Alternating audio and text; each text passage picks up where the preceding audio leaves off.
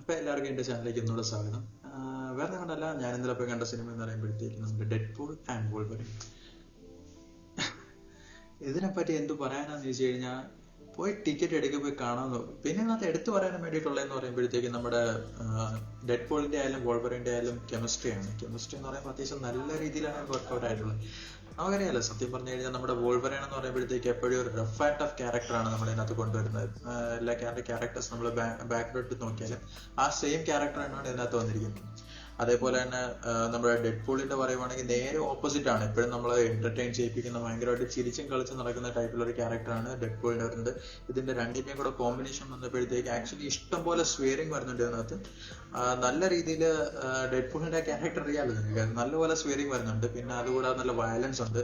Basically നമ്മൾ കാണാൻ ഉദ്ദേശിച്ച ഒരു ഡെഡ്പൂൾ വോൾവറിൻ ക്ലാഷ് ഇതിനകത്ത് വരുന്നുണ്ട്. സോ അതാണ് ഇതിനകത്ത് മെയിൻ ആയിട്ട് നമ്മൾ അട്രാക്റ്റീവ് ആയിട്ട് തോന്നിയിട്ടൊരു സംഭവം എന്ന് വെച്ച് കഴിഞ്ഞാൽ, ഇതിനകത്ത് ഈ വയലൻസും കോമഡി മാത്രമല്ല നമ്മൾ നോക്കി കാണേണ്ടത്. അതിന് മുകളിലായിട്ട് ഇതിനകത്തൊരു നല്ലൊരു പെർഫെക്റ്റ് സ്റ്റോറി ബാക്ക് ലൈൻ ഉണ്ട്. ആ ബാക്കപ്പാണ് ഈ സിനിമയ്ക്ക് കൊടുത്തിരിക്കുന്നത്, ഇതിന്റെ ബാക്ക് ബോൺ എന്ന് പറയുന്നത് പോലും.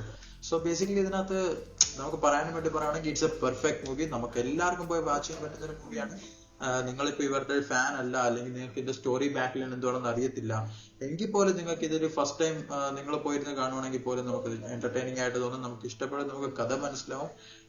ഇതിനകത്ത് നമ്മുടെ പറയുന്നത് വെച്ചാൽ ലോക്കിയുടെ ഒരു സീരീസ് ഇറങ്ങിയിട്ടുണ്ട്, അതിനകത്ത് 88 അവരെ ഇൻട്രൊഡ്യൂസ് ചെയ്തിട്ടുണ്ട്. സോ ബേസിക്കലി ഇത് ഫോക്സ് നേരെ എടുത്ത് മാർവലിലോട്ട് കൊണ്ടുവന്ന് വെച്ചേക്കുന്നുണ്ട്. നല്ലൊരു സിനിമയാണ്, ആബ്സല്യൂട്ട്ലി ഫാന്റാസ്റ്റിക് മൂവി. ഞാൻ ഇതിനെ റേറ്റ് ചെയ്യുവാണെങ്കിൽ ഒരു 5 out of 5 എന്തായാലും ഉറപ്പായിട്ടും കൊടുക്കുന്ന ഒരു മാർവൽ മൂവിയാണിത്.